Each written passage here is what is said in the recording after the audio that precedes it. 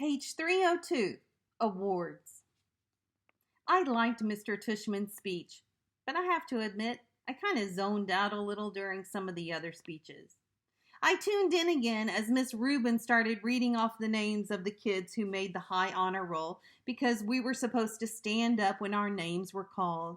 So I waited and listened for my name as she went down the list alphabetically. Reed Kinsley, Maya Markowitz, August Pullman. I stood up.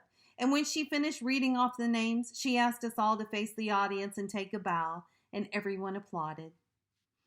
I had no idea where in that huge crowd my parents might be sitting. All I could see were flashes of light from people taking photos and parents waving at their kids. I pictured Mom waving at me from somewhere even though I couldn't see her. Then Mr. Tushman came back to the podium to present the medals for academic excellence. And Jack was right. Xmina Chin won the gold medal for overall academic excellence in the 5th grade. Charlotte won the silver. Charlotte also won a gold medal for music. Amos won the medal for overall excellence in sports, which I was really happy about because ever since the nature retreat, I considered Amos to be one of my best friends in school.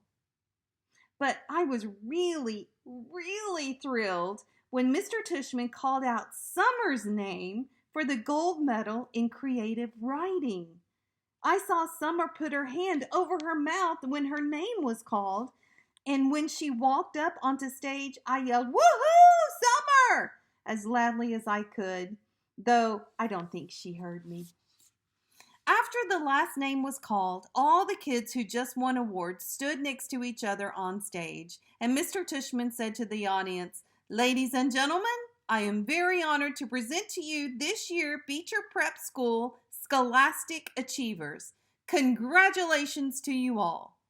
I applauded as the kids on stage bowed. I was so happy for Summer. "The final award this morning," said Mr. Tushman after the kids on stage had returned to their seats, "is the Henry Ward Beecher Medal to honor students who have been notable or exemplary in certain areas throughout the school year. Typically, this medal has been our way of acknowledging volunteerism or service to the school." I immediately figured Charlotte would get this medal because she organized the coat drive this year, so I kind of zoned out a bit again. I looked at my watch, 10:56. I was getting hungry for lunch already. Henry Ward Beecher was, of course, the 19th century abolitionist and fiery sermonizer for human rights, after whom this school was named, Mr. Tushman was saying when I started paying attention again. While reading up on his life in preparation for this award, I came upon a passage that he wrote that seemed particularly consistent with the themes I touched on earlier, themes I've been ruminating upon all year long. The power of one's friendship, the test of one's character, the strength of one's courage. And here, the weirdest thing happened. Mr. Tushman's voice cracked a bit, like he got all choked up. He actually cleared his throat and took a big sip of water. I started paying attention for real now to what he was saying. "The strength of one's courage," he repeated quietly, nodding and smiling. He held up his right hand like he was counting off. Courage, kindness, friendship, character.